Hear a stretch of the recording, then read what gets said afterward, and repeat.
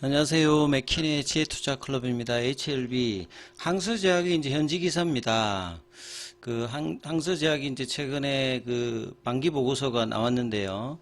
그래서 마지막 전투, 그 내용 중에 뭐 GMP 관리 시스템과 ICH의 Q10 관련되는 표준 이야기들인데 이 부분 좀 살펴봐 드리고, 계열 종목인 생명과학 제약 테라피틱스 글로벌 차트론까지 한번 살펴봐 드리도록 하겠습니다.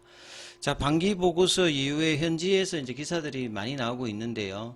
뭐 이제 매출액이라든지 순익, 뭐 그다음 영업이익 관련되는 부분들이 뭐 사상 최고치였고, 최근에 주가 흐름들도 괜찮습니다. 항서제약 같은 경우는. 그리고 글로벌 IP에서도 항서제약의 홍콩 상장 목표 주가가 지금보다 한 더블 정도 밑단 120달러 이상으로 지금 제시가 될 만큼 긍정적입니다. 그래서 이제 그 관련되는 분석 기사 중에서 살펴봐 드리면, 시가총액은 회복했는데 2021년 고점 대비해서는 70% 빠져가지고 저점 대비해 가지고는 이제 제법 이제 회복을 한 상태거든요. 하지만 항서제약은 아직 승리하지 못했다. 마지막 뭔가를 승리해야 된다는 말이 뭐 캄네리주맘하고도 연관이 있기 때문에 이 기사들을 한번 좀 살펴보면, 자, 비즈니스 디벨롭먼트라고 하는 거 대표적으로 이제 익숙하게 보시는 게 뭐 라이센스 인, 라이센스 아웃이라고 보시면 됩니다.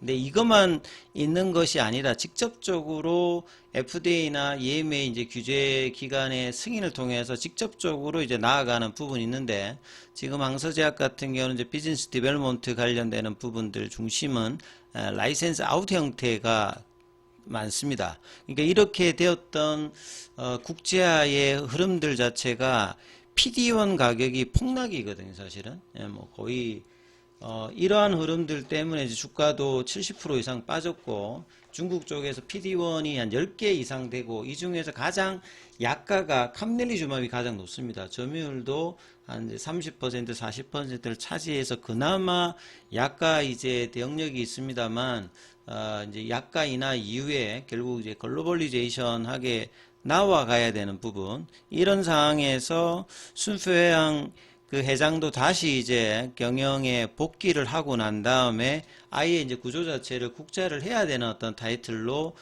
진행을 하고, 그 결과들이 이제 최근에 라이센스 아웃 관련되는 부분이 많이 나타나고 있죠. 최근에도 뭐 글라스스미스 클라인 쪽에도 한 17조 규모의 라이센스 아웃 흐름을 보이면서 이 부분들은 굉장히 지금 호평을 받고 있습니다. 그만큼 R&D 가치의 투자의 결과물이 있고, 파이프라인이 전 세계에서 뭐 8번째, 그리고 뭐 거의 압도적입니다. 숫자로 보게 되면 이런 부분들이 이제 국제화의 어떤 흐름에서 긍정적인 부분이고요. 그 다음에 이제 홍콩 상장 관련되는 부분들이 작년도 말에 나왔을 때는 홍콩 상장하면 이제 주가가 본주보다 좀 더 떨어지기 때문에 상해 주가를 팔아서 홍콩에서 사는 이런 뭐 아비트러지 거래 때문에 주가도 빠졌습니다만, 오히려 지금 홍콩 상장 이후에 주가도 이제 계속 이제 견조한 흐름을 보여주면서 성공적인 어떤 지금 사례를 보여주고 있는 부분이거든요. 그래서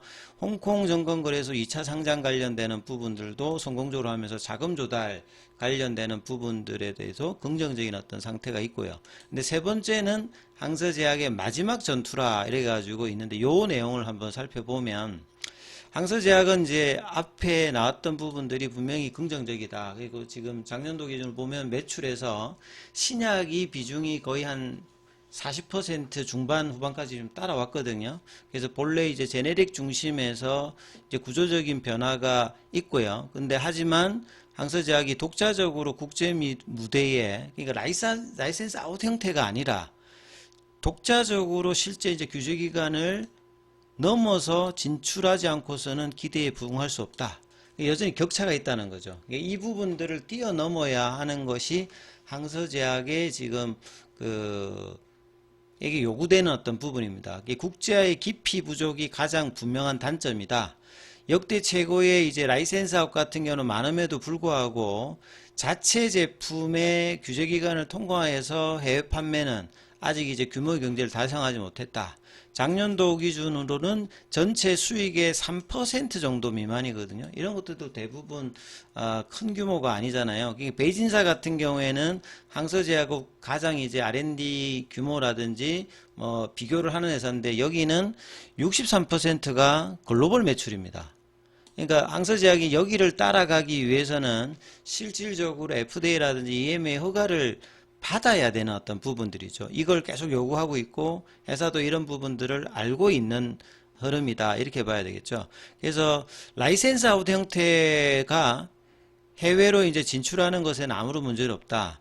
그리고 이제 항서제약 같은 경우에는 뭐 이 R&D라든지 이런 부분들이 작지 않기 때문에 세계적으로 대형 제약사의 빅파마에 이미 이제 순위상으로는 들어와 있는데, 그러니까 FDA나 EMA에 실질적으로 신약으로 이제 허가받는 약물이 아직 없는 거죠. 임상 세계화에서는 항서제약이 400개 이상의 글로벌 임상 시험을 시작했다. 굉장히 큰 규모죠. 주요 품종의 해외 시험은 많은 좌절을 겪었다. 이 대표적인 게 이 캄넬리주막과 아파팀 리보세람 이야기하는 겁니다. FDA에서 2번 거절당했죠. CRL 2번 맞았고 제작 품질로 인해서, 그러니까 CMC 관련되는 이야기를 하는 겁니다. CMC 관련해서. 그러니까 비모 인스펙션 관련되는 부분들이나 이런 부분들은 지금 해결을 했고, 이제 첫 번째일 때, 두 번째는 이제 작년 10월 달에 이 부분을 해결했고, 올해 또 이제 현장 검사에서 옵저베이션 새로운 겁니다. 작년에 10개 나왔던 부분 말고 새로운 부분이 다시 이제 지적이 되었고, 관련되었던 동적 생산 데이터 무결성, 환경 모니터링 프로세스, 항서제약은 제때 긍정적으로 대응했다. 뭐 했지만 사유를 명확하게 밝히고 수정해서 다시 신청해야 되는 상황이죠. 그러니까 옵저베이션이 나왔던 부분을 명확하게 해결하고 그러한 부분을 준비해서 리서브미션 회의와 억셉턴스 레터를 받아서 리뷰 과정에 들어가기 때문에 이런 단계입니다. 근데 여전히 이제 지금 이야기하고 있는 것 중에 GMP 관리 시스템과 ICH Q10 표준 간의 격차도 드러냈다. 이러고 이제 국제 임상 경험이 여전히 좀 단점인 반면에 뭐 경쟁사인 이제 베이징 같은 경우에는 글로벌 임상을 독립적으로 뭐 진행했다. 그래서 여기에서 나왔던 부분들, 항서제약보다 베이징사 같은 경우는 FDA 무결함 검사 통과율이 높은 생산 시스템을 갖추고 있다는 거죠. 예, 그래서 이제 여기서 나오는 GMP 시스템은 뭐 잘 아실 겁니다. GMP 시설을 해야 되고, FDA 같은 경우는 CGMP라고 해서 GMP 기준에서 가장 높은 등급의 그 관리 시스템을 통과해야 되고요.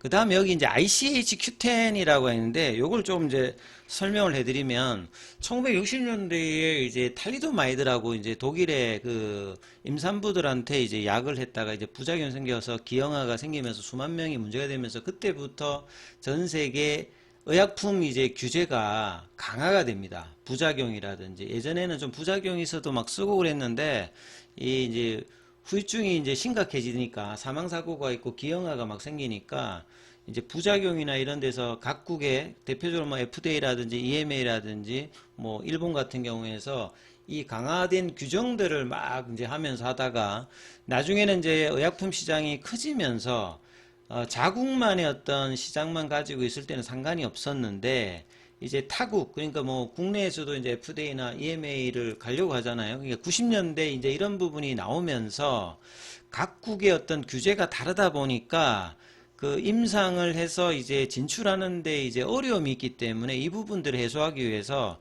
FDA라든지 EMA라든지 일본의 몇 개 이제 기관들이 해운사로 해서 만든 기관이 국제기구가 ICH입니다. 요게 보면 International Conference on Harmonization, 그러니까 조화를 이룬다는 말은 그 각국의 어떤 규제를 이 가이드라인, ICH 가이드라인을 따르거든요. FDA도. 거기에서 대표적으로 여러 그 관련되는 이제 가이드라인이 있는데 그 중에서 이제 트리오라고 불려지는 게 Q8가 Q9과 Q10이 있습니다. Q8은 이제 제형 뭐 관련되는 부분이고, Q9 같은 경우는 이제 품질 리스크 관리하는 형태고, Q10 같은 경우가 의약품 품질 시스템 관련되는 가이드라인인데, 이걸 FDA도 그 따르거든요. 그러니까 이 기준이 있는데 한국 같은 경우에는 ICH에 2015년도에 가입을 했습니다. 국내 이제 식약처도 이제 가입을 했기 때문에 국내에서 이제 이런 이제 GMP 시설이라고 하는 게 하드웨어와 소프트웨어로 나눈다라고 본다라고 하면 아무리 이제 좋은 어떤 시스템 하드웨어를 갖추고 그 다음에 소프트웨어를 돌린다 하더라도 그 부분을 취급하는, 그러니까 실제 실사를 갔을 때는 사람이 이제 이 부분을 설명하고 이야기를 하잖아요. 그래서 이제 이런 부분들이 같이 따라 올라와야 되는데, 항서제약 같은 경우에, 이게 중국 같은 경우에도 ICH에 2017년도에 회원으로 가입돼 있거든요. 그러면 이제 이런 업데이트를 원활하게 그 미국이 요구하는 FDA 수준의 ICH 이제 품질 관련되는 수준의 하드웨어와 소프트웨어와 이걸 다루는 사람들의 어떤 능력이 올라와야 이 그 미국이라든지 유럽도 마찬가지겠죠. 그래서 허가를 받는 어떤, 그러니까 이제 이런 어떤 부분을 하는 가장 근본적인 게 이제 2013년도 FDA가 이런 이야기를 했죠. 의사나 환자들은 약의 퀄리티에 대해서 잘 모른다. 그러니까 임상의 어떤 데이터들이 제조 공정에서도 확신을 가지고 이 약이 퀄리티가 있다는 부분들을 모르기 때문에 이 부분을 까다롭게 본다는 겁니다. 그렇기 때문에 이 가이드라인을 통과해야만 미국에서 약을 팔 수 있기 때문에 항서제약이 이제 하드웨어 시스템은 작년도에 업데이트를 했고, 그 부분에 대해서 이제 최근에 이제 데이터를 요구하는 부분이 있지 않습니까? 그래서 그 시스템만 맞주면 이제 통과하는 게 아니라 시스템과 그 시스템을 구동하는 소프트웨어와 이걸 다루는 사람들이 그래서 이제 이런 지식과 경험이 숙련되어야지만 이 부분을 통과할 수 있다. 이렇게 지금 이야기를 하는 거거든요. 그래서 이 격차를 얼마만큼 이 기간 동안에 항서제약이 넘어가느냐. 이게 항서제약이 단순히 캄넬리주마뿐만 아니라 이걸 넘어가야지만 항서제약의 마지막 전투를 넘어가서 정말 이제 뭐 빅파마 형태, 그리고 실질적으로 아직까지 항서제약 입장에서 보면 진정한 세계 최초의 핵심적인 약물이 아직 없는 상태이기 때문에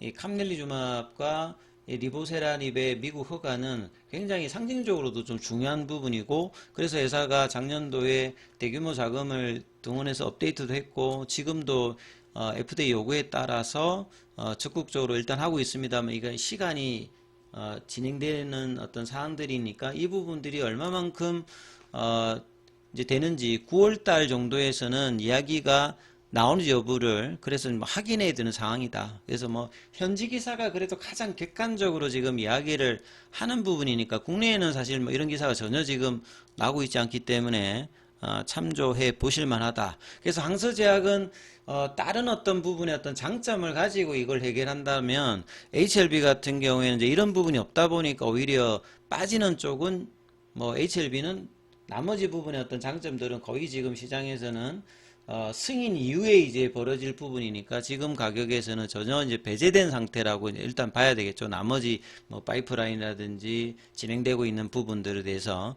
그래서 오늘도 이제 주가로 보게 되면 HLB가 빠지니까 이제 생명과학 같은 경우에도 몸통 중심의 5% 음봉이 나와서 볼린저 밴드 하단 태깅을 계속 지속하고 있죠. 양봉은 굉장히 제한적이고 음봉의 개수가 7월달이어서 8월달에도 압도적으로 지금 많은 흐름들을 보여주고 있고, 그나마 이제 HLB 제약 중에서는, 그러니까 HLB 계열 중에서는 가장 그래도 매출액이라든지 뭐 이익단에서 좀 견조하다고 볼 수 있는 제약 같은 경우에도 오늘 거래량이 8월달에 이 11일 이후 가장 큰 거래가 나오면서 몸통 중심의 음봉이 나왔습니다.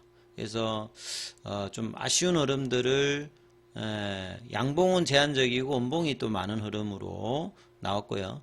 테라피틱스는 지금 이제 스키즈 되어 있던 구간에서 하방이 열리는 흐름으로 8월 달에 가장 큰 거래로 오늘 또 빠졌죠. 그래서 지금 3,000원 정도의 라운드 피겨 가격도 지금 장중에는 이탈하는 흐름이고, 월봉을 본다라고 하면 이제 90%짜리까지도 지금 내려가는 흐름이죠. 90%짜리라는 말은 이제 한 2,500원대 가격권까지 뭐 가서 지금 이제 2018년도 이후에는 가장 이제 최저가가 2023년도에 2,700원대인데 그 가격까지도 지금 이제 열리는 흐름으로 주가가 내려가고 있습니다. 그래서 이미 이제 바닥 가격이 들어가 있기 때문에 80% 이상 빠졌던 종목은 제대로 반등하는데 걸리는 기간이 보통 이제 통상 최소 6개월에서 많게는 2년 정도 걸리니까 기간이 충분히 이제 주어져야 되는 어떤 종목으로 바뀌어 있다.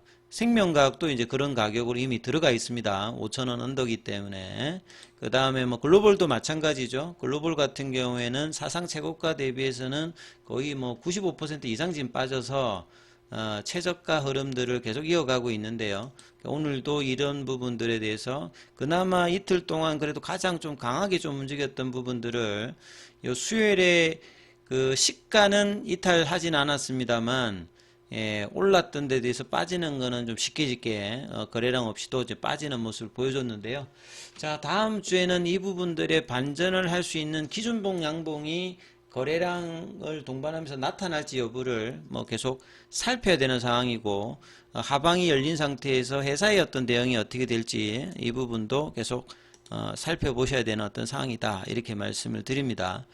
자, 무료 텔레그램방이 운영되고 있습니다. 링크되어 있는 부분 참조해 주시고 입장 문의는 문자로 남겨주시면 안내해 드리고 있습니다.